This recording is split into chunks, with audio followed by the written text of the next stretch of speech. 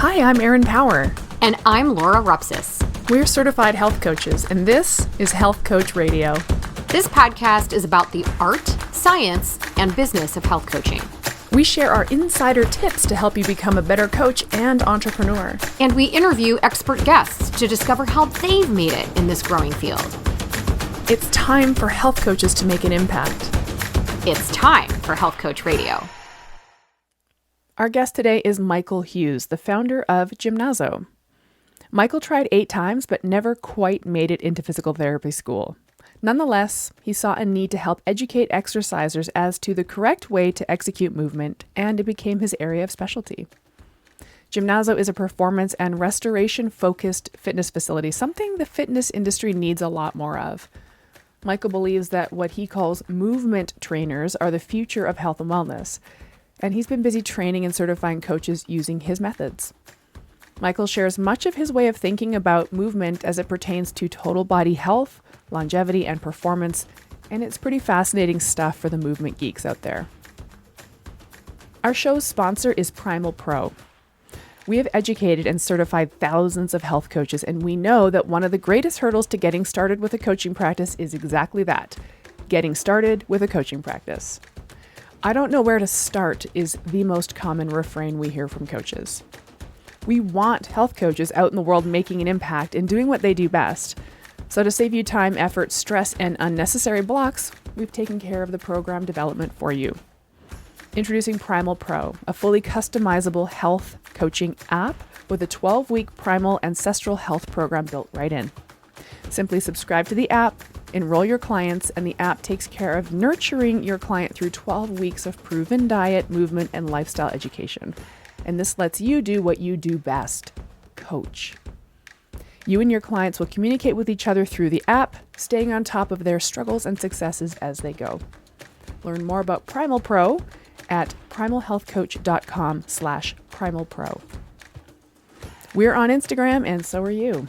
And as you're listening to your favorite episodes of Health Coach Radio, please take a screen grab of your podcast player and tag us in your stories at Health Coach Radio.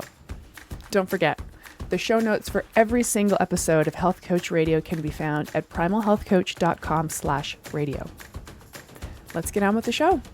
Please enjoy this excellent and inspiring conversation with our guest, Michael Hughes. Michael Hughes, thank you so much for joining us. How are you? I'm doing great. I love morning interviews podcasts. So that's morning where I'm from. So bright and bushy tailed, actually. Wow, you're a morning guy. Nice. I am too, more so these days. I think in fitness, you kind of have to be, or you're really good at faking it.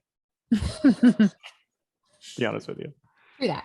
So I want to hear all about Gymnazo and kind of how this started, but we're here really to pick your brain around a lot of things related to fitness and what's happening here and in the root of why you started your company. But to begin, we'd love to just hear more about Michael, a little bit of your background story and how you got to where you are now.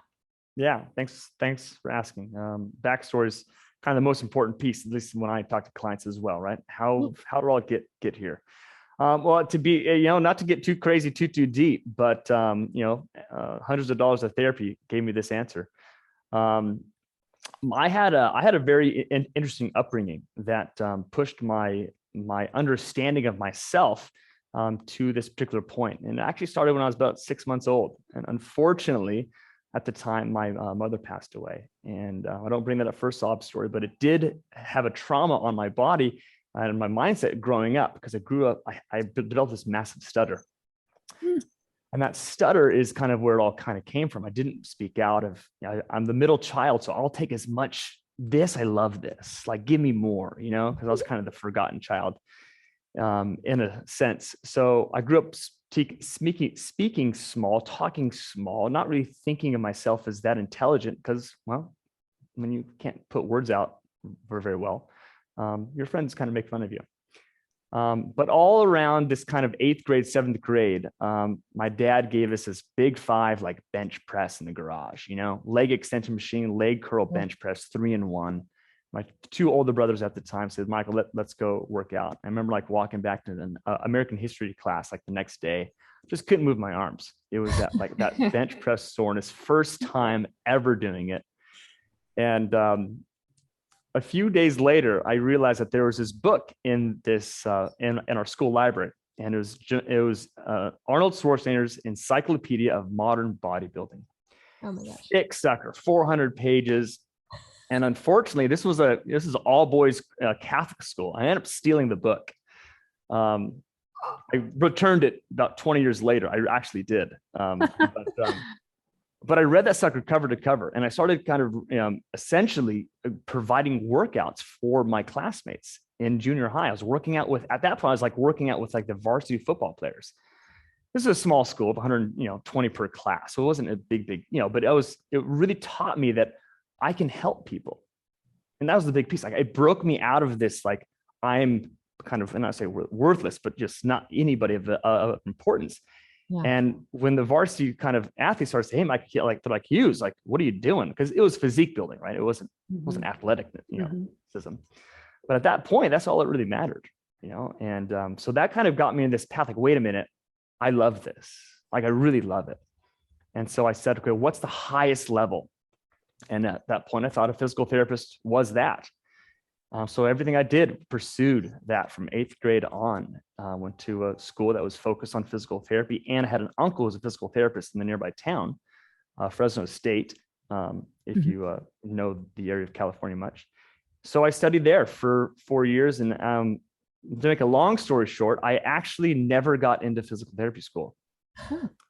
I tried 8 different times, and I knew this going into it. Like, I'm just not a standardized test taker. That's not how my brain works. I worked really hard to sit in a desk of rows and listen to education versus do education. Yeah. So very kinesthetic, super kinesthetic, but found alternative education by some rogue physical therapists, literally saying, I'm not going to give you a standardized, accredited bachelor's of whatever, or graduate. I'm just going to teach you what I know. It's a fellowship, essentially, is what it was. So I found that through the grace of some other amazing trainers in my area, and dove in. And that was my PT school. And I say that respectfully. I'm not a physical therapist, but I'm educated as one, but not a traditional physical therapist. And we'll hopefully dive into that a lot more. So I founded at that time I was still a trainer, and I founded Gymnazo at the same time I started this fellowship. And I built Gymnazo with this multi-directional blending of performance and restoration, multi-tier group, semi-private, one-on-one, and just all in one. And I was still building it at the time, but it's come to the point now where we're doing, besides COVID, we're doing awesome. And, now educating coaches to say, wait a minute, I think this should be the standard of education. And as we spoke about we need to elevate the industry. Not about more marketing. It's not about more sales. Please don't give me that. I'm not saying those are bad, right? I'm not saying those are bad, but please make me a better coach. Make me more intelligent, make me more educated, rather, excuse me. Everyone's intelligent in their way, and give me the tools and resources to solve movement pain, because that is the biggest issue that our industry is facing. Is we have a baby boomer demographic and a millennial coming in that want that sustainability. They both need that. Sorry about the Gen Xers out there, but they're pretty small.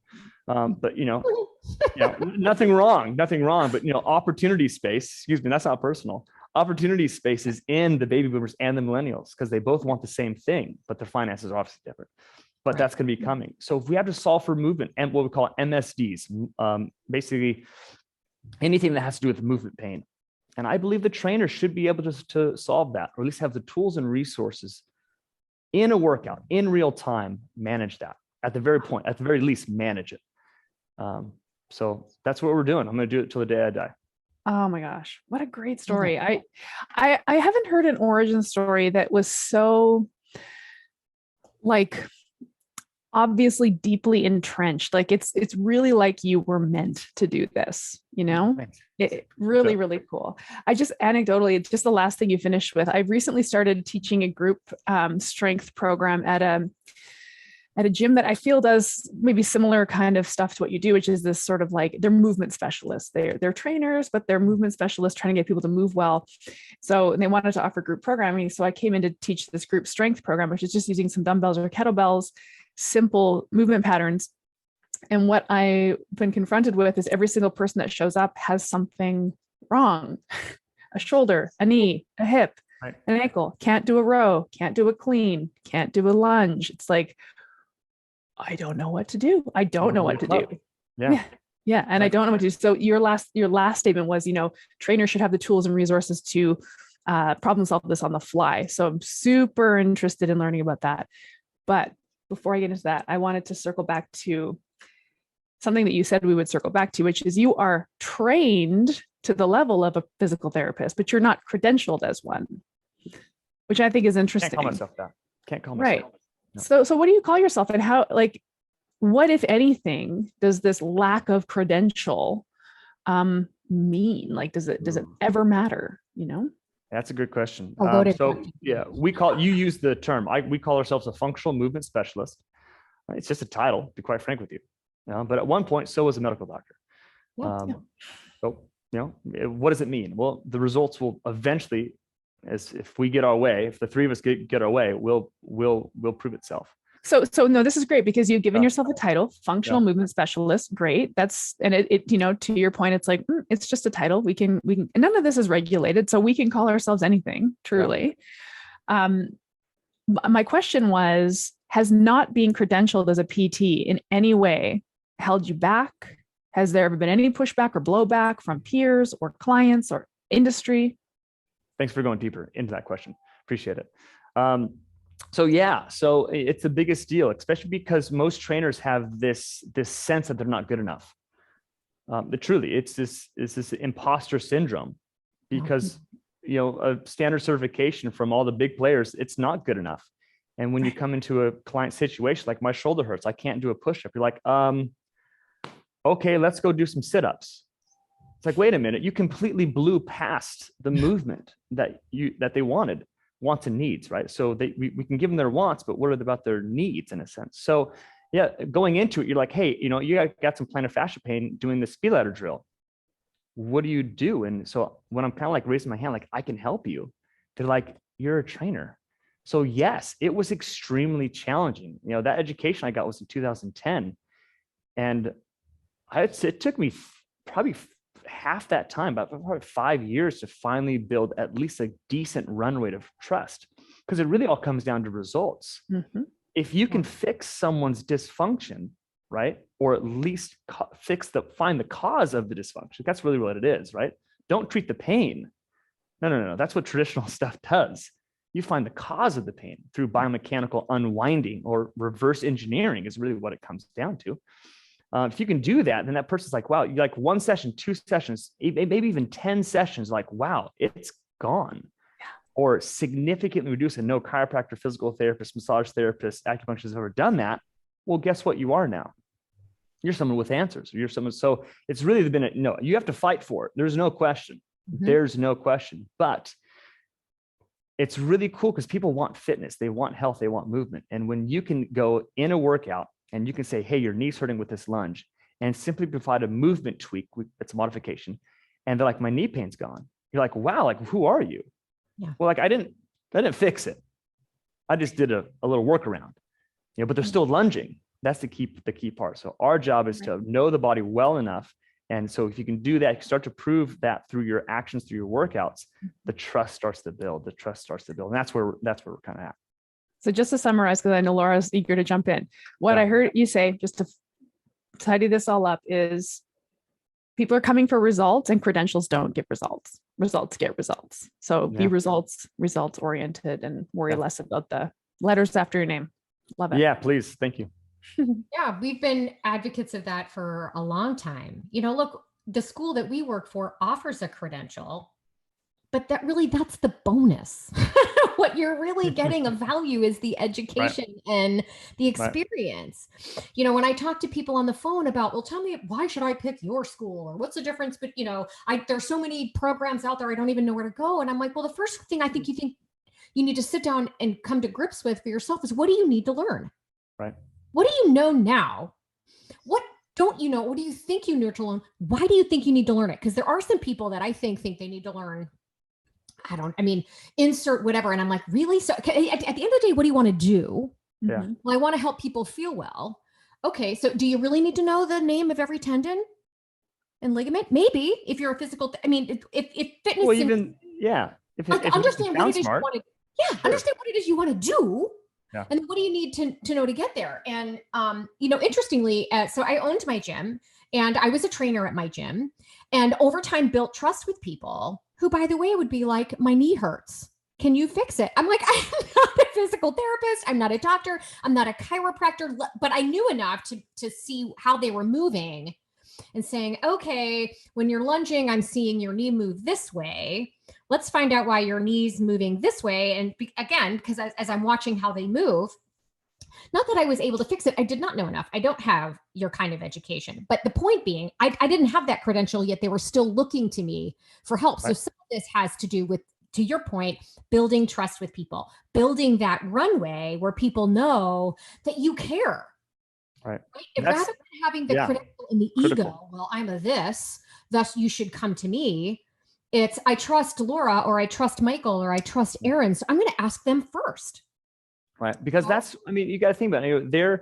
It's in front of you right now. Like if I'm at a restaurant and I want some more water, I'm just going to ask the first person who walks past. Right. You work at the restaurant.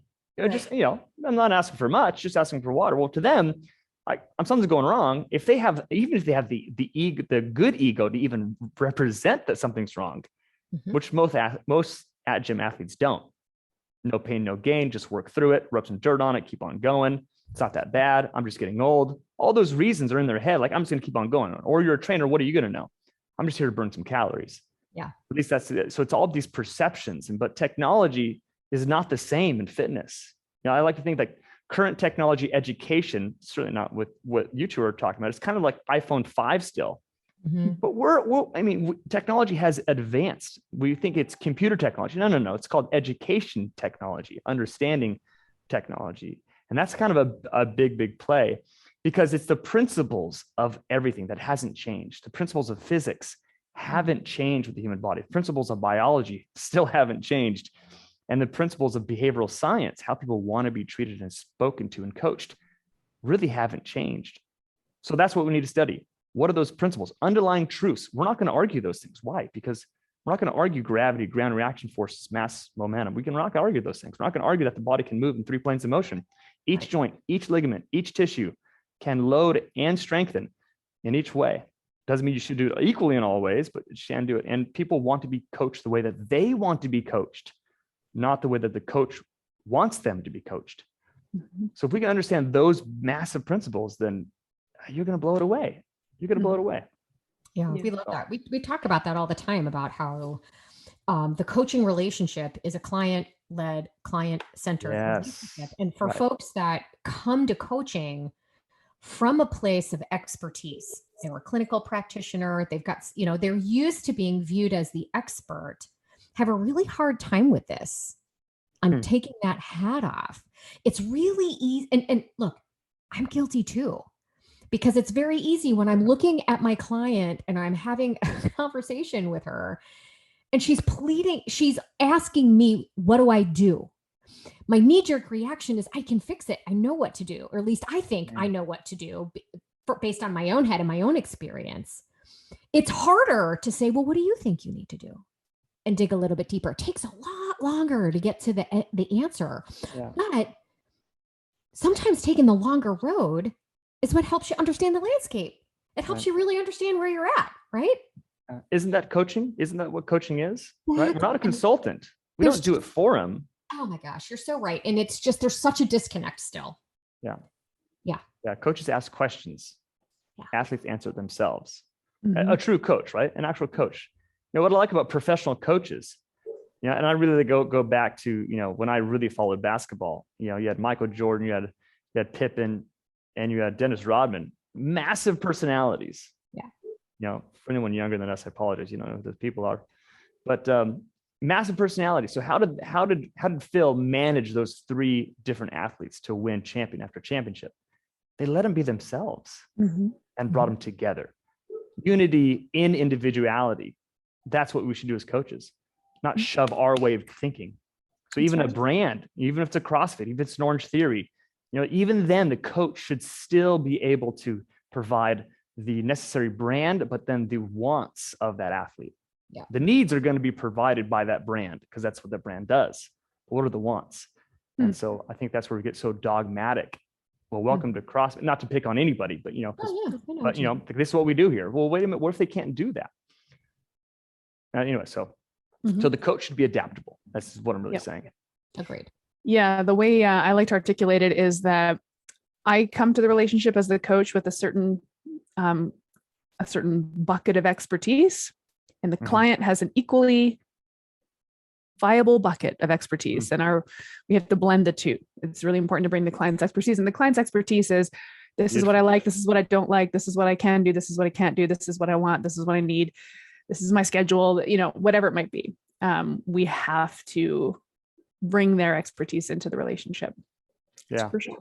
When we do a movement assessment, I say, my name is now Sherlock, but your name's Watson. And I'm not that good without you. Oh, so I'm going to see things that you can't feel because you're accustomed to them, but you're going to feel things that I can't see. Oh. So we're collecting data. That's all we're doing. Collecting data. I say that all the time. That's all we're doing. But I really that's a really, really interesting, especially because you're in the movement space, right? I'm in the nutrition space, so it's different, but you're going to feel things I can't see, and I'm going to see things you can't feel. What an interesting way of framing that. And I'm just curious, because I shared that I'm working for a facility that's doing kind of the similar type of movement stuff. What do you come up against with your clients? Like, they come to you because they know they need to move better, but also like fitness culture and hustle, grind, slay culture is like, but I also need to get super fit. So how can we do both? Like, how do you manage that? Like, they have to get better first before they can get into the, that next level, right? So what kind of stuff do you come up against? That's a great question. Because it really all comes down to how you market yourself, right? If you go to our website right now, gymnazo.com, you're going to see language, you're going to see words, you're going to see pictures of people's ages, you're going to see who we market to. So how you display yourself is kind of the first way of doing it, because like I said, everyone who walks through your door has a problem. Everyone, it's like a principle is a principle. We all bring baggage to our relationships, our personal relationships. If we don't know that, then we're at a disadvantage. So therefore, people bring their own movement baggage to it. So it's really having those people walk through the door already can understand you. So your marketing is a big important piece. But that's a big one. And then also, when you walk in, that first interaction with your athlete, first interaction should set the tone for everything else that they should do. And I'm not talking about some grand gesture. I'm not talking about balloons and anything like that. I'm just talking about just welcome to our facility, whatever your opener is. And the first thing that we ask them, is there anything about your physicality, your movement that I should know about? Ankles, knees, hips, shoulders. That's the first major question that we ask them. Wow. So it gets them thinking, like, oh, I maybe never had a coach that asked me that question. Or A, let I actually care, or at least they're perceiving to me that they care. And then if they say nothing, I say, great. If something barks at you during this workout, you got to bark at me. You have to. That's your one responsibility besides just having a great time. Yeah. So it's just layering it on. And how often do we say that? Ad nauseum. Just remind them. That's what we do. And we're still working on it though, right? I'm not saying we got it perfect, right? You just continually say it and say it and say it. Well, what I find interesting too is just the terminology you use is different. So Erin used the term movement specialist at the gym that she's been helping out at. I saw your website. That's what you don't call your folks personal trainers or physical therapists necessarily, you're movement specialists. So I guess so first of all, you're calling yourself something different, because here's why I think that's important is everybody in their mind has a general idea as to what they think a personal trainer does. Yeah. Whereas movement specialist, and this could be a double-edged sword. Oh yeah. What is that? So immediately you're kind of you might be asking, is that a personal trainer? But you're calling yourself different, so you must be different somehow. But at the same time, it's not something readily recognizable by some people. So to a certain degree, it creates an opportunity for you to really frame who you are, but there's also a bit of ambiguity there. I'd love to hear your thoughts on that, on why you chose that term and what you find. Yeah, we want people to ask questions, right? You want to provide opportunities for your elevator pitch. And if people don't ask questions because they already assume they know the answer. But what if that's not true? What if the answer is not true? Yeah. So we like to, simply put, if I only have like 2 seconds, it's like I am an alternative to traditional physical therapist. So that's one side of the spectrum. Yeah. The other side of the spectrum is I'm someone who's not only going to give you strength and cardio, but flexibility and mobility and movement outside of the facility. That matters. Those are my 2 answers. Then from there, it sparks up more interest, but hopefully in a sense. So it's really, I try to keep it simple, try to keep it short. But if I could generally say what a movement specialist is that we understand biomechanics very, very well. Yeah. And we solve for it in fitness, in a workout. Yeah. You have your unique value proposition really dialed. And so to kind of come full circle on this is this idea of communicating what you do. And it starts in your marketing efforts, to your point. So by the time somebody walks in the door, they already kind of know they want to work with you because something that you said or did or showed, it resonated. And then when you're in communication with them, like the brevity and the clarity with which you speak to them so that they can clearly get a sense that this is what they do want and need is crucial. So this is marketing, this is communication, this is language, and this is the unique value proposition. I have to say, I think movement specialists are so incredible, right? So what you do is really incredible. The gym that I'm working at, I walked in with a little hip thing, a little hip thing, Yeah. This is how people describe it, right? Yeah. I got a hip thing. And one of the folks was like, well, just hop on that treadmill and walk. I hopped on the treadmill and walked for maybe 20 seconds. Yeah. And this person did not do an assessment on me. It was just a quick, little sort of drive by. Yeah. I said, you know what? You walk like you're on a tightrope. When you go for your walks, maybe walk with your feet a little wider. Cause I think that, it's a part of your problem is one of your glute medius isn't firing. Anyway, started walking with my feet hip distance apart, and it has changed my life. Like a 20-second little boot on a treadmill. Yeah. And the movement specialist just could figure out by looking at the way my hips and things were moving. I just think it's such an incredible field of study, work, whatever it was. It's an incredible field.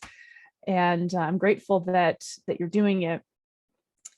So what I'm hearing is that the folks who come to you they've already had their expectations managed in terms of, I'm coming to these movement specialists, not for gains per se in the traditional sense, but more for improvements and knowing that the gains and whatever it might be, whether it's physical performance or body recomposition or something, can come after I get my body moving properly.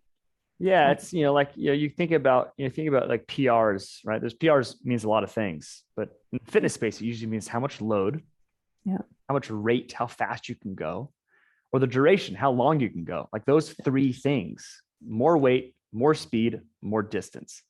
Yeah. That's a PR. In the nutrition space, and correct me if I'm wrong here, but like in the traditional, it's like, oh, how much weight did I lose? So the scale matters.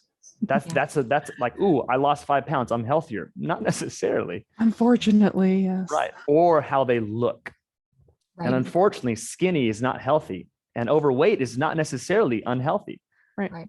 Really, there's a lot of physiology that goes into it. So it's like these are basically truths to the standard, market, but they're not truths. Like I said, our education has we've really up-leveled ourselves. So the industry, as we spoke about, I believe the same thing. We need to become smarter. Yeah. The consumer can't differentiate the difference between a Ford or a Ferrari in our industry. Yeah. You're a trainer. You must be the same. But a movement specialist needs to be that Ferrari or that Tesla. I'm more of a Tesla fan, because there's a difference. They're both vehicles, they're both cars, but they do significantly different things. So that's our hope, right? That's what we're trying to do is say, there's nothing bad about it, but there is better. Yeah. And just thinking through your PR sort of analogy, it's like I was really bummed, and that's a hip joke, bummed, because it was actually my hamstring tendon anyways, but I haven't been able to like do any lower body lifts it's been honestly 8 months I've been managing this thing. And I was like, I need to get back. I want to do squats. I need to do some deads. It's like, but really what I need to be able to do first is get out of my car. Like, or weight bear so I can walk downstairs. Right. So it was like I had the emphasis on the wrong syllable. Basically, I was like, I got to go back to the gym and do these big lifts. Well, I can't even do life with this current hip. I need to be able to do life first. So that's that's sort of how you kind of move the needle or move the goalpost, I guess, on the PR. Yeah, our saying is this is just, I don't know if it's on the website or not, but our saying is like, the good results for us have nothing to do with what you do in the gym. Right. It's all about everything outside the gym. That's our success. So we get people saying a lot of subjective. I hike better. I play with my kids better. I get literally in and out of my car better. And so you think like, oh, where's your big muscles? Where's your speed? Where's everything that that TV has publicized in fitness? It's not here. So, it's like, well, I'm fine with that. I'm totally fine with that. Because I was that, like 8th grade, I was a bodybuilder. That's right. So I know both sides of the spectrum, but you can still do bodybuilding through movement. Yeah. Because I can load your glute in ways that you've never felt before with zero weight on your body. Zero. Yeah. Well, like walking with my feet hip distance apart. Well, yeah. And purely just to finish, like the first time I got out of my car and I was like, wait a second, that didn't hurt. Yeah, I was thrilled. It was the best day of my whole year. Right. I'm not exaggerating. More than a PR on a deadlift. Yes. Because you only deadlift that PR once every few months, let's say, but you get out of your car always a lot. Mm-hmm. A lot. I mean, we got to own this shit. We've got to stop talking about gains and bikini bodies and getting back into just a better quality of life. Because I don't care whether you are elderly and trying to enjoy your retirement, to an athlete that's trying to, yes, I can perform well when I'm doped. Quality of life in general, better movement, functionality, just being able to, and I think now is the time to start changing this conversation, because so many of us, knock wood, next year, we're not talking about effing COVID anymore. Like that's done. But so many of us have emerged or are still mired in all of this nonsense, and our quality of life sucks. It sucks. And I think there's a huge appetite for improving the quality of life and our lives. And I do think the definition of that has changed for a lot of people over the last year and a half. So this is a very unique time to change the conversation where people are going to be receptive to it. Yeah, and it's a forced thing, because technology in the mechanical and the computer sector is only getting better. Yeah. Artificial intelligence, our life is becoming more luxury across all standards. We don't have to farm. We don't have to climb. We don't have to do these things anymore. So therefore, in the next 20 years, we're going to be more sedentary by design, by cultural design. The body needs movement for survival. It's just flat out. It just flat out needs it. So if we don't change it now, it's not like we're like, oh, we're just going to be more active. No, it's going to be the opposite of that. Literally, it's going to be all this forced activity, right? All the stuff people don't like doing. They're forcing themselves to do it because they know it's better for them, but they don't enjoy it. But they've let themselves get sucked into this whole other lifestyle day to day, whether it's through work or what have you, because we've gone soft. We just have, right? But it's packaged in growth and progress, which it certainly is. I don't want to be farming all day long, to be quite frank with you, that my great grandfather did, but we still need movement, because we are what we do, or what we don't do.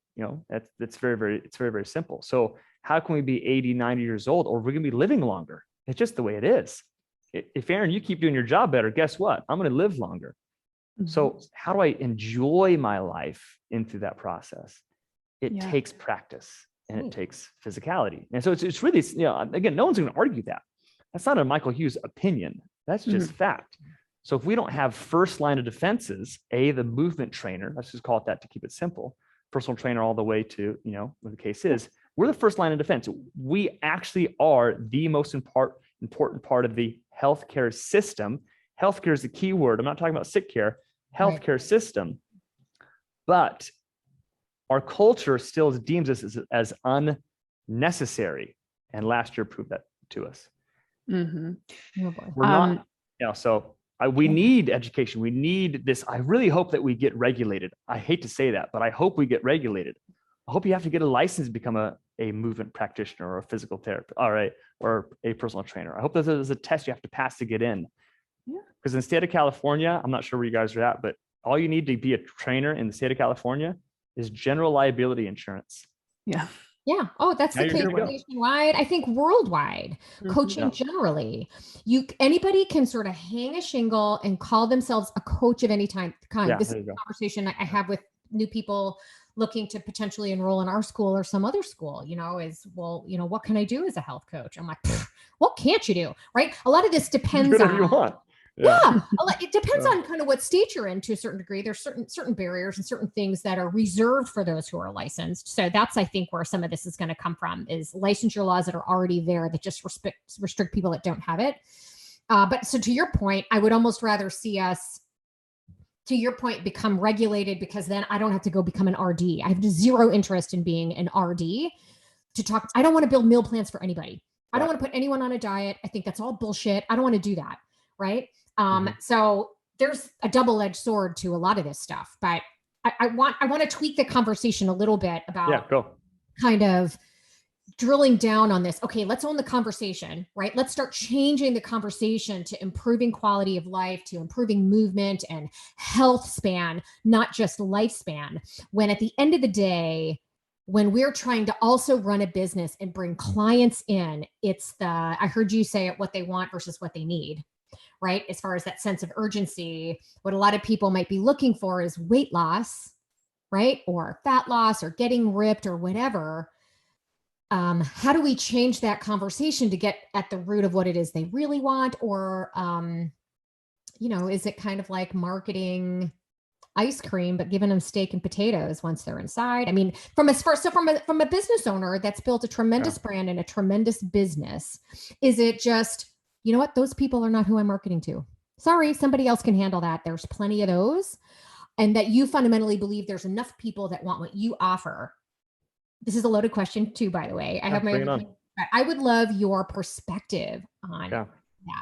So for someone who has started where traditional is, right, selling the looks and the appeal, and then transitioned into where we're at now, which honestly, if I could have my way, sorry, marketing team, if you're listening, I love my marketing team. I wouldn't fire them, but I would change their job focus, right? I believe zero marketing, all word of mouth, 100%, even virtual, even into the masses. People will talk.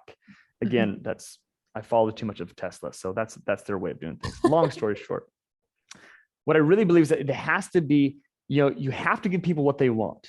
So I'm not going to go back on what I said. You have to do that because they want what they want, but you have to demonstrate what they need. But if you go straight need, you're going to push them away. Yeah. And a great mentor of mine, Gary Gray, he taught me this, and he gave me most of my education, my fundamental education. He says, if you take away someone's teddy bear from them when you first meet them, they're not going to like you. You can't take away someone's deadlifts if they love deadlifts. You can't do that. Don't strip it from them. But what you do is you start to understand, like, wait a minute, Aaron, that right side glute is just, check this out real quick. A little video, a little picture of the case. See how that's kind of tilting a little bit? And you're like, yeah, it actually hurts a little bit. Cool. Awesome. So now it's the conversation of being a coach. Do you want to be able to do that lift? Yes. Do you mind if I show you a few different ways that you can do that lift? Yes.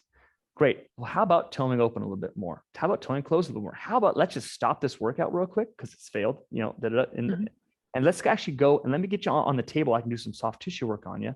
Oh, you see how that adductor is completely bound down? That's actually focusing that lateral hip. Now I'm just making a story up to go here. Like, wow, I didn't realize my adductor was so freaking tender. Yeah. Here's a foam roller. Here's some stretches. Here's some retraining drills. Let's go back to deadlift. And you're like, wow, that's 50% better in 15 minutes. You now sold them hope. Hope is now changing their needs from their wants. And it's just doing that repetition after repetition, repetition. But that makes people, first of all, in your door. So how do you get people in your door? So I really mean this. I want people to love Gymnazo or hate it. Hate it. All I want to do is throw weights around. All I want to do is get on a treadmill and a rower, Don't come 2/3 here. of every single workout in some orange lighting. Love those guys and do that. Great. Good. Go for it. Do that. But one day you're going to be in pain. Yeah. So you're going to go seek somewhere else. And so it may just take time, right? The car may have to break down before they come see us, but it's going to happen. It's not if, it's when. No. It's just that's just how the game's played. So I'm speaking very directly, but I have a lot more compassion than that. But it's really this, like, there will come a time where you can't do that anymore. So you're going to seek another option, or you're just going to quit. Yeah. And I really hope you don't quit. No, we call that high intention, low attachment. Like, I really want to help you. And if the person says, yeah, and I really want to get shredded and do an hour on the tread, it's like, great. Well, I don't do that. So you can go do that and I'll be here when you need me. And just really not feeling personally attacked or like taking it personally. It's just, they're not the client for you right now. And that's okay. And that's really okay. But I think it's the big education piece generally, as we do to our social media posts and on our YouTube channels, it's really understanding that, like, a professional athlete is not a sustainable career. No, it never was. It never will be. You can't train like that. They only play that sport for a few years. Right. And they're done. They're not even done. They're done.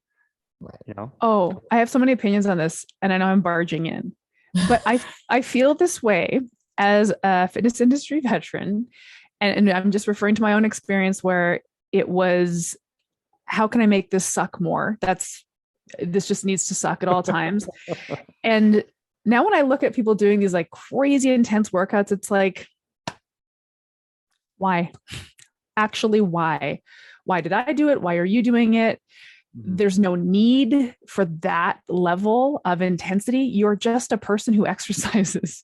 Actually, I've told this story a couple of times, but this past year I took on a lot of health coaching clients that were triathletes. It was just a fluke. I don't typically work with people like that, and these folks were speaking to me as though they were athletes, but they're recreational triathlete people. It's like, you're just a person who does triathlons. I'm sorry. Like, you're not a triathlete. You are, but you're not competing at Kona or whatever. I don't even know. I don't know. Yeah. You're not competing. You're doing the weekend triathlons. You love it. That's amazing. And you're a person who does triathlons. Like, so let's, like, it's almost like managing folks' identities around, like, for me, my identity was, I need to be hardcore, the fittest person that I know. Mm-hmm. So I have to do all these stupid workouts that just broke the body down. But it's like, why? And I see people doing it now, young people, and it's like, don't do that. There's no need for that. It doesn't. Very powerful. Yeah. Very powerful. One word you said. Why? Yeah. Mm-hmm. Just ask why. Yeah. And that's what a good coach does, right? They ask how and why. They don't ask what. What's pretty obvious. It's right in front of you. Mm-hmm. Sorry. My wife hates when I ask her those two questions all the time. Right. But what you were sharing before, what I really loved hearing was that you're bringing coaching in. So this sort of deadlift example you were giving, let's get you on the table. Let's, can you see how this is working and how this isn't working? Can you see how after just a little bit of soft tissue manipulation, you're now see how that hip's not shifting? Like, that's coaching. That is bringing the client into the experience, because traditionally in the gym, it's do this many reps, do this many sets, do this for this length of time. And the client, the personal training or training client, is also literate to that. Like, this person's going to tell me what to do. Right. And it's so in health, like in nutrition coaching, I think the client has been more involved, but in fitness, in the fitness side of health coaching, it hasn't been that way for a long time. So it's nice to hear. Yeah. So please. Yeah. No, I was just going to piggyback on what she just said, that before we hit record, we were talking about how we had some pretty strong opinions about some of the issues in the fitness industry that really need to change. And you were like, let's hit record now. So this is, I think, a great opportunity for you to just let us have it, all right, around all of this and the role of coaching. So let me preface by this. No one's wrong. Just more people are more right. Movement is good. Please keep moving. Yeah. If you love to put 145 pounds over your head 50 times as fast as you can, and that feels good to you, keep rocking. Don't go to your couch, what the case is. So I really want to preface that, right? Just when you've been, I don't use word, when you've seen the other side of the fence, it's like, okay, whoa, wait a minute. You get so much more excited about it, is really what what the case is. So I just want to start with that. I want to piggyback it off that and to kind of go into this whole piece. So we're talking about kind of weight, speed, and length, right? Distance, how far you go. Like those are the three things that we measure fitness by. Like, oh, I'm going to modify or tweak. Oh, you have pain. Let's take away weight. Let's take away speed. Let's take away how long you do it. Great. Well, in our way of education, how we educate coaches, there's actually 7 more pretty obvious ones. And this is what, the Gray Institute, as my fellowships come through, kind of gave us as a base. Like, okay, you can change the environment. And what kind of ground are they on? Is it level ground, for crying out loud? Wedges and things like that, even sand or turf or a slider. You're changing the environment. You can change the driver. What's actually moving first? Are you actually pushing through the feet first or moving through the hips first? Are you driving through the core first or moving through the hand first? That changes the chain reaction of the biomechanics that actually produce this sequenced movement. You can actually change 3 different parts. You can change what direction you're going. You can change the height at which you're going, and you can change the angle at which you're doing it. Like a deadlift doesn't always have to be, or heavy squat, toe open. In fact, that's biomechanically not good. It's actually limiting your strength by toeing open, but it increases your range of motion. So in an engineering world, there's never perfect. There's only compromises, and the body is literally an engineering master that will do it's like your best friend. If anyone owns a dog, like that dog will do anything for you. Well, your body is like your best friend. It will do anything for you, even to the point of destroying its own self for your desires. So we have to respect that and understand that. And that's where like push harder, your body will do it. It really will. But you have to, as a coach, you have to understand that is not no pain, no gain. I know that's a general statement, but like it's good movement makes better movement. Pain-free movement makes more pain-free movement. Painful movement, even at a 1 out of 10, will only make more painful movement. Stop. You got to stop that. It's not okay. As a health coach, it's not okay. So to really kind of like really embody that in every fitness, and that's really tough because that's not the way it is. And that piece, and like also like, oh, I have a NASM, nothing against NASM. I have an ISSA, nothing against ISSA. Like, oh, I'm ready to go. No, you're certifiably dangerous now. Right. And just respect that. Just respect that. Good for you. I was that person. I get it. I had a passion. Good. But just understand where you're at. And that's a good place to start. And that's really kind of where like, it's like, oh, wow. It's like, I've just finally seen the light of the whole thing. And that you don't have to memorize every single tendon, ligament, muscle. Should you understand where they go? Oh, definitely. That's a big play. You should understand how they move, how the soleus is really the biggest decelerator for the knee going down a hill, that you should really understand. If that gets tight, you have knee pain going down, that's a big probable suspect. What? Big probable suspect. Huge probable suspect. I've never heard Big that. deal. Yeah. If you have plantar fasciitis pain pushing off or landing, that's a whole different muscle set. Like those things, like I had no idea. I just had no idea. But it's just there. It's just that you're a Sherlock Holmes. And do you care enough? Some people don't. I just want to make people go faster. Cool. Then be in that lane. Yeah. But if you don't, then let's open the doors. Let's go to work, because the answers are always there. But do we want to see them? Do we know to see them? Right? We don't know what we don't know. So what we want to do is like, well, let's start opening up. But you have to have no ego. You have to be egoless to understand that though we're type A, most of us are type A people in a sense. Got to put the ego down. It's really about collective. Like I want everyone to do fitness. I want to, if you're not going to come to Gymnazo, you're going to go to CrossFit. Good for you. Rock and roll. Hit that hard in a passion way, in a sense. But just don't stop versus like, ooh, me versus you. It's like, no. It's just better and better and better and better. So I want the whole world to evolve in that step. And honestly, just understanding how the body moves. That's really, that's the first step. And, so I keep going, but you can Yeah. poke the bear in a different way and I'll respond. I really liked your list of sort of, I guess, inputs or factors that can influence movement. And I really liked how you articulate it to your clients, or how you kind of explain it. Like, and I say this all the time too in my sort of nutrition coaching, which is your body trusts you that you are delivering this input for some reason. So whether that's a dodgy food choice, eating way too late at night, whatever it is, your body's like, great, whatever, this animal is doing this for some important reason, and it trusts you. So if your body stores a bunch of fat, it did that because you asked it to. And that's, trust that, like, just respect that you asked it to. And I think it's so interesting in the movement space, like, you're pushing through pain and your body figures that you have to, there's something going on. So it will maybe adjust its pattern to make the pain less for you. And then you're getting into all kinds of biomechanical issues, but it's not because your body's broken or terrible. It's because it's just trusting you. And one thing that you said that I really, really liked is that 1 out of 10 pain is still pain. Well, you didn't say that. That's how I interpreted it. Right. Yeah. Because how many times do people think, well, it hurts, but not that bad.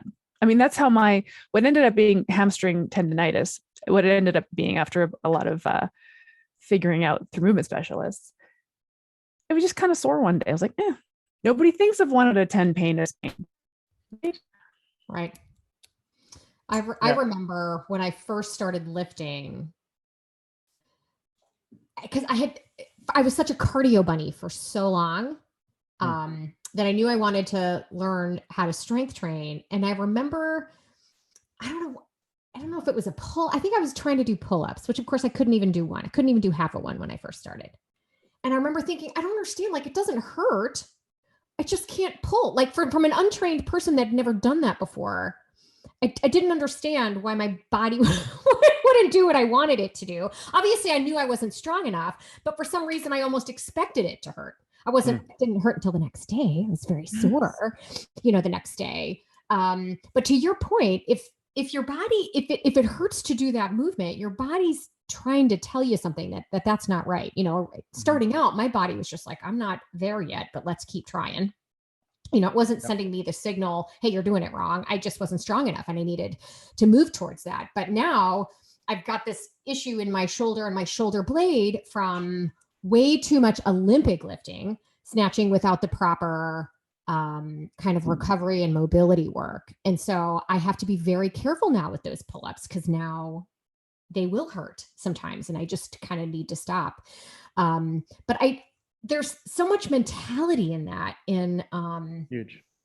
Yeah. And just people feeling as though they need to suffer somehow to this is the whole, I guess, the no pain, no gain mentality that I don't know. I think it was probably the early 80s when that really started to to really permeate through the culture, and it's still here. And it's rampant in CrossFit. And there are workouts that I will see that I'm like, I'm not doing it. I want to look at a workout and be like, boy, that looks fun. And I'm going to tackle it my own way, in a way that I know that I can get through it without killing myself. And so that's, I think, the approach that should be taken with any workout is, boy, that looks fun. Or, boy, that looks like a lot of work. How am I going to get it done in the best way possible, the safest way possible? And this is where, to your point, just because you have a certificate or because you put yourself out there as a coach doesn't mean that you're fundamentally qualified to train other people in this endeavor. And we need to be really careful. Yeah. And just be respectful to it. And, as a cardio bunny or a lifting, I'm trying to think of another adjective, animal term, but, like, if you want to damage the human body, there's 2 ways to really do it very easily. Keep doing the same thing over and over again. Yeah. As hard as you can. Yeah. Or don't move in the same position that you always are in. Those are the spectrums.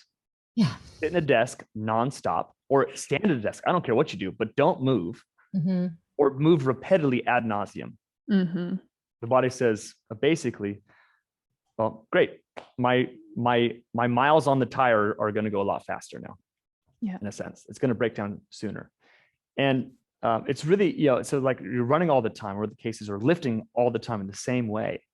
And it's this concept of like, if you really want to get stronger, like understanding that stronger brings tighterness. It means more tension. Right. If you don't stretch out in the same ways that you got stronger, in the same angulations and same patterns, like a good old fashioned hamstring stretch kicking out, that's 1D. But Yeah. if you did like lateral leaps or anything like that, that's the second D. But if you did rotational medicine ball, that's a third D. That's 3-dimensional. Like if you don't stretch out the same way that you strengthened, you're not really going to prolong your path in a sense, because muscles get tightened the way that they got moved. Yeah. And so it's really this concept, like you have to have now 3-dimensional stretching. Like, what the hell is 3-dimensional stretching? I'm barely figuring out how to do 1-dimensional. I don't even know what that means, So it's like this kind of this reframing this concept that we're a multi-directional body. We see it in sports all the time, but for some reason it doesn't get fit into the gym. And that's really, really weird. That's really, really weird. And the muscle only listens to one language, or fascial tissue, right? Just say connective tissue. It can only listen to one language. That's the language of force.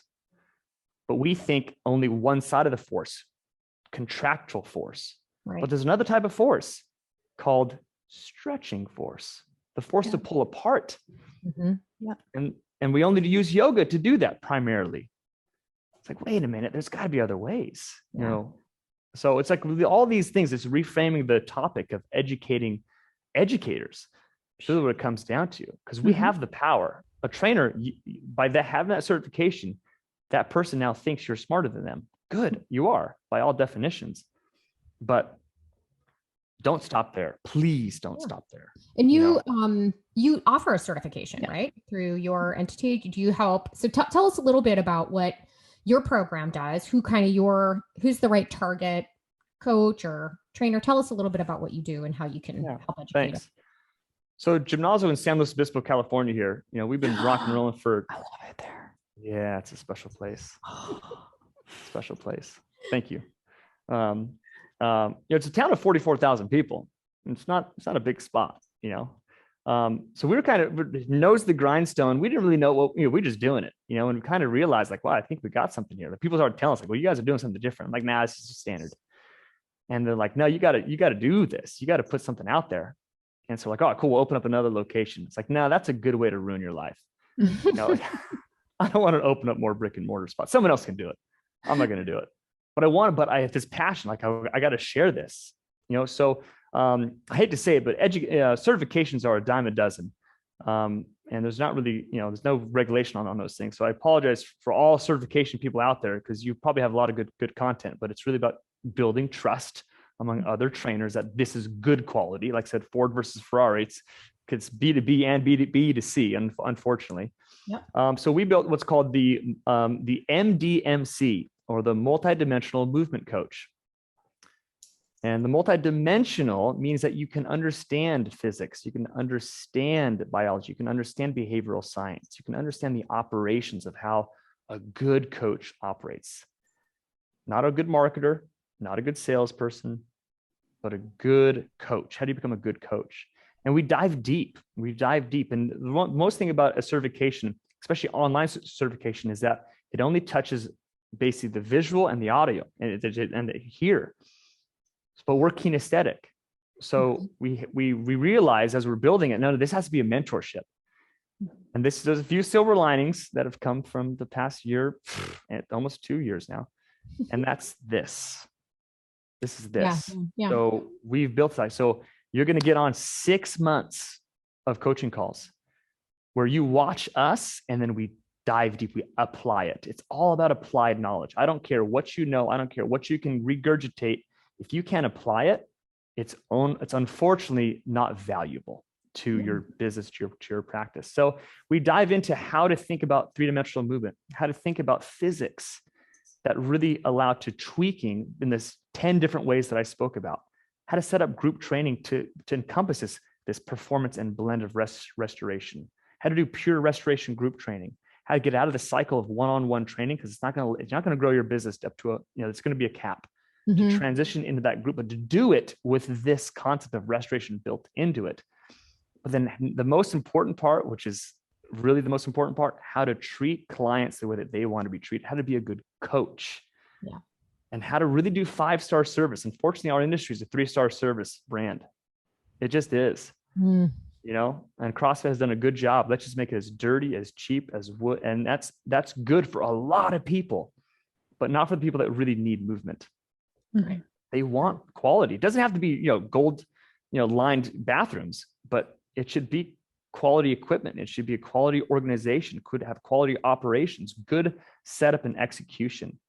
And partnering with your athlete versus just saying, here's the workout, here's the product. Now it's a service industry. We're not in a product industry, we're in a service industry.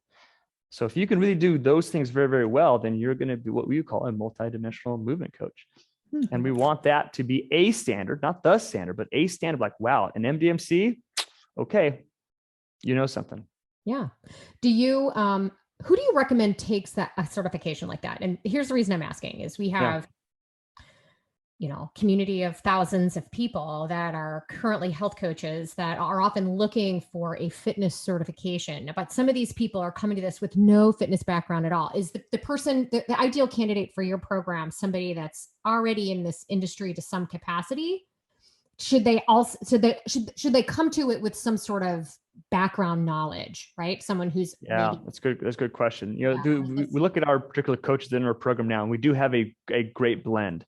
But video number 2 says we are going to expect you know anatomy, know physiology. If you don't, you can Google it and learn as you go. But we're looking for that. We're looking for that problem solver. We're looking for that engineer mindset. We really are. We're looking for someone who wants to look at movement as something to dive deep into and solve, or at least progress to a higher level. We're not looking for a cardio junkie. We're not looking for someone who just wants to do lifting and just, we're looking for that person who literally wants to take this and move it here across the whole spectrum of movement by mechanics. Yeah. If they want that, if they can think like that engineer, I'm not an engineer by any case, but like that process, then that's who we really built this for. I think there are a lot of great certifications out there that are really good at something specific. When I took my CrossFit certifications, very specifically what I learned there was great. I learned a lot. I could build from there, and then I NASM, to drop another name. Those 2 certifications are very different. They teach completely different things, so they kind of work very well together. I also took a MoveNat certification that taught me something different. But inevitably, all of these different programs are really good at something specific right now, and that all kind of comes together into a body of knowledge that you need to layer experience over. Right. So I would imagine your program is great for people that have some pieces to work with. And it doesn't necessarily have to be a certification. I could say someone who's just been an avid fitness person for a long time. Absolutely. Right? And here's, I'm actually going to change my tagline here a little bit, Joe. So thank you for this opportunity. Yeah. This certification allows you to look at all methodologies with a clear lens. Exactly. Because we are specialists of specialties. Ooh. That's what MDMC gives you. It gives you a lens to look at all things with primary fundamental truths of movement. Yeah. So there it is. That's going on the website. Yeah. Well, you did kind of touch on that earlier. It's like, I don't care if you're a CrossFit coach, an Orange Theory coach, like whatever philosophy or category you're in, at least just understand movement. I have 2 really specific questions about this, your certification program. So it sounds amazing. Do you touch on the soft tissue fascial release, like hands-on stuff? You do? So hands-on stuff, no. Okay. But the soft tissue work, absolutely. So I'm a massage practitioner by trade and certification, the case is, because I believe it's a tool you have to have in your belt if you want to go to that level. If you want to go fixing movement dysfunction, do you need it? No, you don't need it, but it certainly goes faster. I could build a house with a screwdriver if I really wanted to, but a power drill certainly goes a lot faster. So having that tool is certainly helpful. But a foam roller, now you look at those primary, like massive soft tissue guys, like, oh, foam roller sucks. I mean, yeah, compared to your fingers and your touch, yeah, you're a pro. But when it's a $25 foam 5-inch ball that they can buy for the rest of their life, that's a cheap massage. Mhm. How you use it is so important, because foam rolling is not designed for rolling. Don't roll. If you want to soften tissue, you better hold, find a spot, dig deep. And there's a process on that. Don't just dig deep, but go through that thing. Because if you can loosen that fascial tissue, that's like unlocking the door. Mm-hmm. Then once you stretch it, that's like opening the door. Yeah. And then training and conditioning is you walking through the door. Yeah. But don't try to walk through the door with the door locked. I mean, you're gonna run right into it. So it's really this 3-step process. We have a whole module on what we call melt, mold, move. Oh, And we didn't invent that name. I got to give credit to the Grain Institute for that. But how to use a foam roller, how to use a true stretch. See this cool cage bandage, or a mob stick, right? Or a broomstick. I don't care.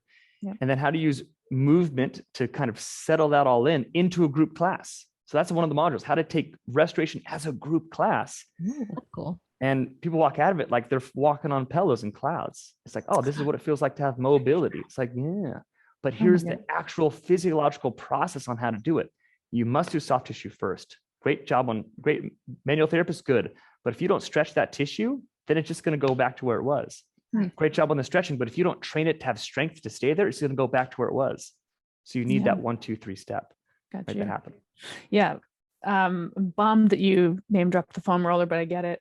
And again, to go back to my hamstring situation, active release, what like the hands-on sort of debriding the tendinopathy was what, like in 2 sessions, had it feeling better. And it's like, I probably should have done this myself or whatever. I just didn't know how to. So I love to hear that. My other specific question is, I'm just thinking about this in terms of like very, very old people. Yeah. And I'm thinking about my dad, who has decades ago stopped moving and now can't even reach to get his coffee cup out of the cupboard because he's got like his shoulders completely frozen. This is a very specific question about very specific populations, but if somebody wanted to work with old, like aging people who haven't moved well in decades, is this the kind of stuff that they could focus on? Yeah. Do you work with people like that in Gymnazo? Personally, yeah, that's what I'm going to go do in the next 10 minutes, actually. Okay. Well, a little more on that, but yeah, it's going to that point, but it's really like, it's all about understanding where to start. Yeah. Because we know what they can't do. That's pretty obvious, but what they can do, that's actually a lot more challenging in a sense, because you have to have pain-free movement. Like I said, it's an upward spiral, right? They're in a downward spiral. Yep. So how do you stop that and go the opposite way? So it's really understanding, again, those 10 different options I kind of exposed to you. So I talk about the load and, rate and duration, but it's understand like what position can they get into? Mm-hmm. Then can I actually use, this is what we don't coach in the certification because it's the next level, my actual hands-on ability to help facilitate movement that they can't do themselves because their proprioceptors are kind of just turned off. They're kind of shot. Right. They don't even know they can do that movement. Yeah. And so if I can take that scapula and start to get it into some motion to free up that shoulder joint, and they're like, whoa, that's crazy. I don't care if it's, a few millimeters, but it starts to unwind that movement pattern because it just impinges. It just beat up. The inflammation's crazy, for the case is. So if we can start to unlock that lat, unlock that subscapularis, unlock all those those 17 muscles that connect to that scapula. If I can start to unlock those, give them freedom, and then guide their movement pattern to start to produce, because good practice is what we're looking for, right? Not practice, good practice. Yeah. If we can start to get that pattern, then we can start to learn movement and they can start to replicate it themselves, strength, Yeah. My dad is very diligent about doing his physiotherapy exercises, but it's still not helping. It's like there's something missing there. Because they do this all the time. It's the same protocol constantly. It's a protocol. It's a bell-shaped curve. That medical journal, whatever the case is, says here's 500 people. And this is how you fix 500 people's shoulder pain based upon a bell curve. But what about the other people on that curve? Right. Yeah. There's 7 billion people in this world. You can't, the protocol thing is where traditional physical therapy, I'm sorry, because not all physical therapists are like this, is where they're messing up. It's like, no, that person is an individual. You must look at their motion as an individual and solve it as an individual. You may go to their foot to fix their shoulder. And if you don't understand that, then good, be excited, learn more. But insurance if you're an insurance provider in physical therapy, you don't get paid for that. So now we're talking about a whole new problem. It's not the physical therapist's fault. The insurance won't reimburse them for that. So they have to work on their shoulder, even though the shoulder is not the problem. That's only where the pain is. I know more and more physiotherapists and chiropractors and you know, folks that work on the body either no longer accepting insurance or offering an insurance-free option, right? Yeah. So the they can do whatever they want.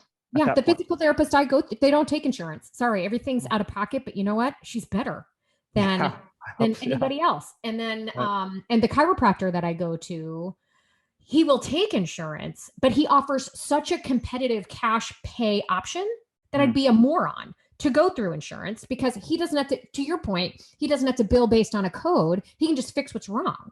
Right. Oh my God, I had no idea that was a thing. Like that they're beholden to, well, I just didn't know. I mean, like I always, gosh, that's so disheartening, because you think your physical therapist or physiotherapist is a movement specialist, and I came in with XYZ injury and they're going to do a whole body approach, but they're limited to focusing only on that joint, like by insurance codes. Oh gosh. And that's not 100% of the answer, but yeah, that's a good paragraph of it. I mean, that's a really good summary of it all. It truly is, you know, and they have to, most of it, they only get 40% of it anyways. Right. It's $100 thing, but they only get 40% of that because insurance takes the other half. Right. But then they're going to put an e-stem on you, an ultrasound on you, because they can bill higher for those things. Not because you need it, not because it really does anything. Short term, yeah, it's like putting an e-stem is like an Advil. You know, an ultrasound, yeah, that's going to solve tissue at a certain level, but it's not going to move it. But they can bill for it, and they have to make money. I don't blame them. They have to make money. Yep. I've worked in physical therapy for a lot as an aide, and I got a firsthand knowledge of what a mill physical therapist business does, and they pump through patients. Yep. But when the first 10 minutes is on a recumbent bike, like, come on, what are you doing? Seriously. That's it's like, you know, now I'm getting pissed off. Like, it's really like, come on, industry. Like, I wanted to be you. Yeah. You didn't allow me to come in. And now I'm essentially, sorry to say this, better than you. Yes. And I don't have $100,000 student loan debt. I didn't move my life for 3 years. It's like, oh, come on. Like, and again, I'm not talking about everything, right? There's certainly amazing physical therapists out there, but like the industry in general, I'm pissed now. Like, I'm really you've got allies in us. Therapists would agree with you. People that are in the industry are, and I hear this from doctors, I hear this from nurses, I hear this from every clinical practitioner that I talk to, and like industry-wide stuff is just broken. So much does not work because we're trying to treat the individual from a broad public health point of view, and it does not work. And everybody I know is frustrated with the system that they're in and trying to find a way to kind of work around it. And some of those that either have the latitude or the courage to just be like, I'm stepping out of the system and I'm going on my own. Does it come with other challenges? Hell yeah. You know, but look, Aaron and I have been in health coaching for about 10 years or so each. You know, insurance has never paid for it, ever. Yeah. Right. But our businesses have grown, and there's a wider and wider growing audience. And to kind of summarize here, because I know you've got to go see a client, we have got to do better. Just industry wide. I don't care what part of the healthcare, wellness, fitness, and system we're in. Yeah. We have got to do better, and to use your term, multi-dimensional. All of this is multi-dimensional. There's no one size fits all diet. There's no one perfect workout. There's no one correct way to manage stress, right? I mean, all of these things are so highly nuanced from person to person. It's also why, to use your term, we need to be doing this together and supporting each other. And look, if something's not, if I've got a client who is just an endurance athlete, that is not my bag. I would rather refer that out to somebody that I trust that's an expert there than try to kind of huddle that together. That doesn't make any sense to me, versus someone who's really more the endurance person and has a client that wants to learn to lift, they might refer that person to me, and vice versa. So we need to work together. We need to be multidimensional, and we need to do better. Those are the three big takeaways I got from this conversation. Not that I didn't know that before, but and there's answers out there. There's practitioners that are doing that. Yeah. The hard part is you got to find them. Yeah. Right. that's the hard part, right? To be honest with you, that's what our challenge is, right? I mean, that's why Yes. we're doing this podcast. We want to share what we're doing. Mhm. You know, 'cause the answers are there, but it's not mainstream. It's not Don't go mainstream. mainstream. But I kind of feel that's kind of how most things are, at least in my way of thinking. The mainstream's kind of getting worse. There'll be a revolution eventually. Oh, yeah. Eventually. I'm seeing, I mean, I always Yeah. drop this example, but I'm in Canada, so we have, free healthcare. Yeah. So you can go to a dietitian for free, and get into that dietitian sort of world, which isn't really helping anybody. And look around, like it's not working. Yeah. And what I'm finding is that more and more people, like I think the revolution is coming. It's like, sure, I can get into this medical machine for free, or for a little bit of an investment out of pocket, I can actually move the dial on the thing I want moved. Yeah, I like and that. I'm seeing more clients do it. And so going back to sort of physical therapy, understanding that the physical therapy is a mill and we're in it, and then that we're coming out of it and nothing's really improving. Like I do think the health consumer is wisening up or becoming more empowered. This is just honestly a hunch. It's not, I don't have any data to back this up, but my hunch is that the health consumer is becoming more empowered. Like, you know what? I'm going to find somebody who specializes in what I need. And because I want to get to the root cause of it. I'm tired of spinning my wheels inside the whatever physiotherapy or healthcare system, whatever it might be. Yeah. I think that tide is changing. I do. Yeah. Yeah. Stop solving for or providing symptom care. Yeah. And that's our whole, and what I would really love to have, I know this is never going to happen, but like, let's just call this sick care, please. Yeah. Let's just call this health care. That'd be really awesome. Just distinguish those things. You go to the hospital, you're broken. That's sick care. Good for you guys. Yeah. But I'm in the healthcare system. If you want proactive health, which we know, this is not an opinion, is the answer. Yes. But when we're driven by the pill fix, Mm-hmm. no, you're not fixing anything. You're just putting a Band-Aid over it. Let's go there. Mental health, nutritional health, and movement health.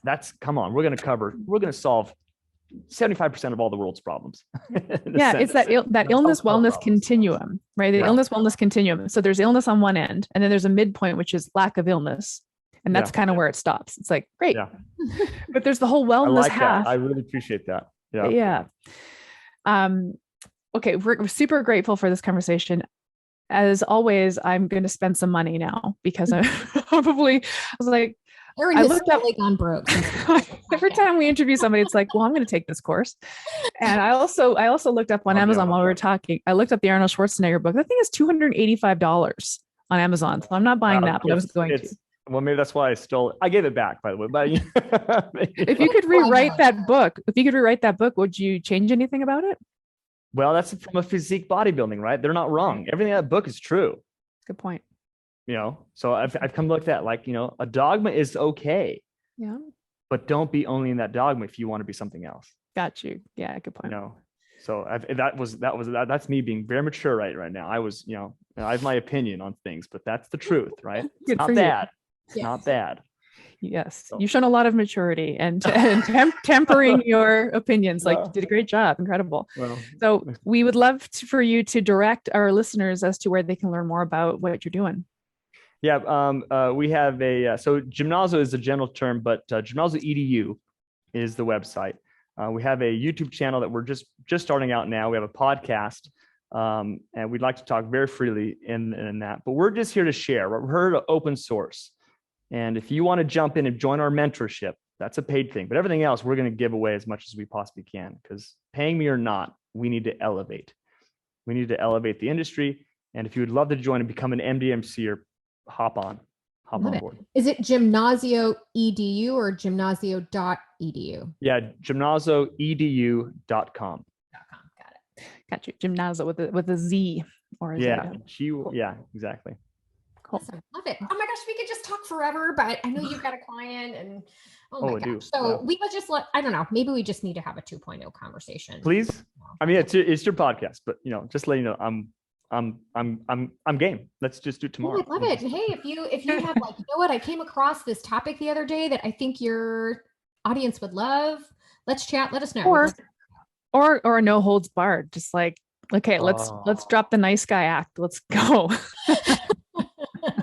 I'll probably have to have like a nice little whiskey next to me to make that, just small, just something to kind of Erin will lube it grab up a her little bit. wine. I'll grab my kombucha. We can have a nice little. Yeah.